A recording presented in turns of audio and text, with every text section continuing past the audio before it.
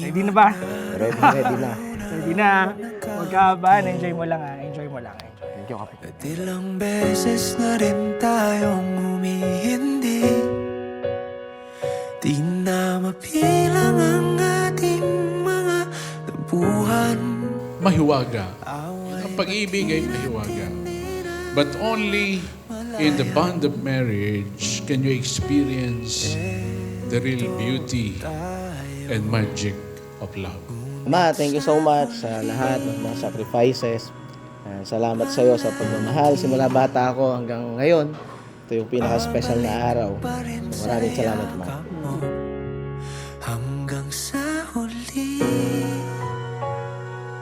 palagi pipiliin kong maging sa'yo.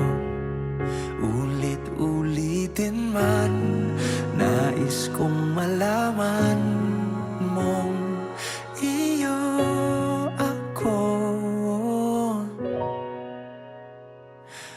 Though maraming mga pressures, uncertainties of future, I promise my faithfulness na kahit anong mangyari, together we may grow in the likeness of Christ, and our home be a praise to Him and always give glory and honor to Him. God bless sa panibagong yugto ng buhay. Walang tatay, walang nanay sa bahay. Kaya adjust. Samahan kayo ng Lord. Iba na yung hindi mo na kami kasama ngayon, pero andyan na si Jason sa buhay mo.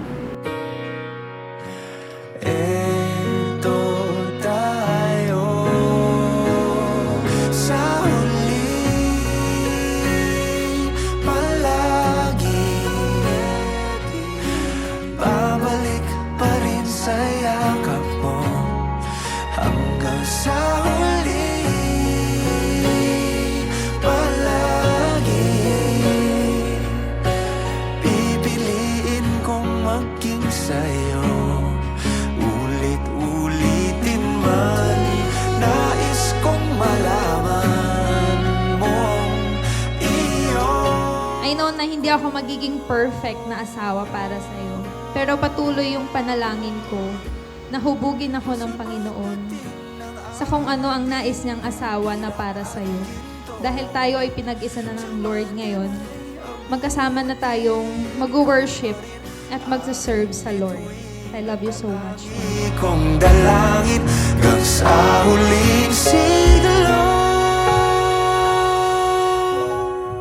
Yung perfect lagi yung timing ng Lord. Never late, never advance. Sobrang thank you kasi una sa lahat, tanggap mo kung ano man yung ako. Sa lahat ng mga ups and downs, nakita ko na nandun ka palagi. In a small things, lagi mo sinusuportahan. Kaya sobrang thank you and I love you so much.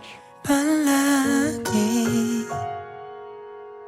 pipiliin kong maging sa'yo. At ulit-ulitin man, nais kong malaman iyo ako.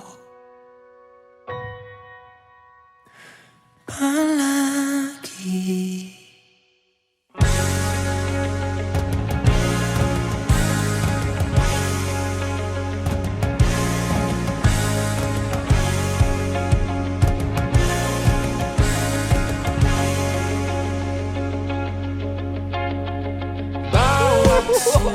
One, two, three, four.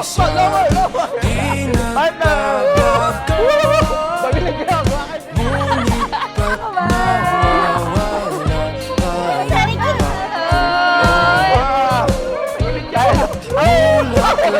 Ang una ko nasabi agad doon, thank you Lord. Kasi pinag-pray ko talaga as in.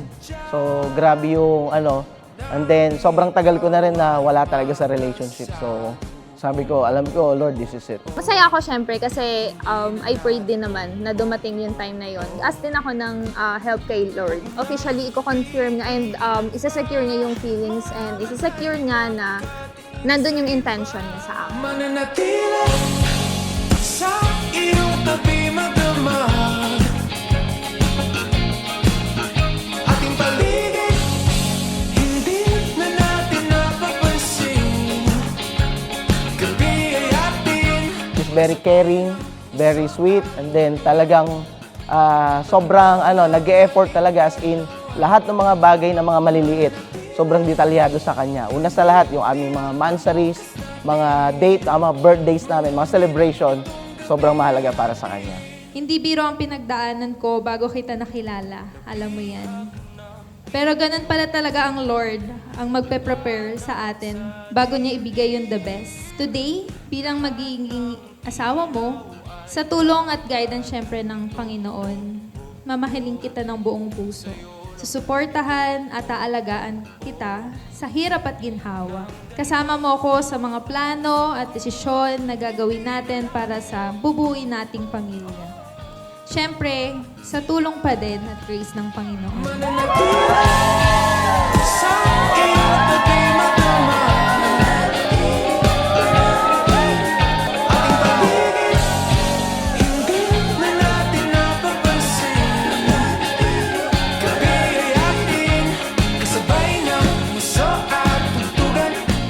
Thank you kasi pinili mo, syempre, pinili mo din ako as magiging asawa mo and makakasama mo habang buhay. And ito din yung isa sa, new chapter ng life natin together as one. Very patient. Kasi ako hindi. So, yan talaga yung mahabang pasensya sa akin. And isa din sa nagustuhan ko sa kanya kasi every time na meron akong gustong ma-achieve or goal, lagi siyang nakasupport. And nandun din yung, kumbaga, nabibigyan niya ako ng advice, lalo na spiritually. Ating paligid, hindi na natin napapansin. Gabi ay ating kasabay ng puso at tugtog. Para sa akin, sabi niya, love is not what you say, love is what you do. Hindi lang basta sinasabi, kundi ginagawa mo, pinapakita mo, kasi action siya. Hindi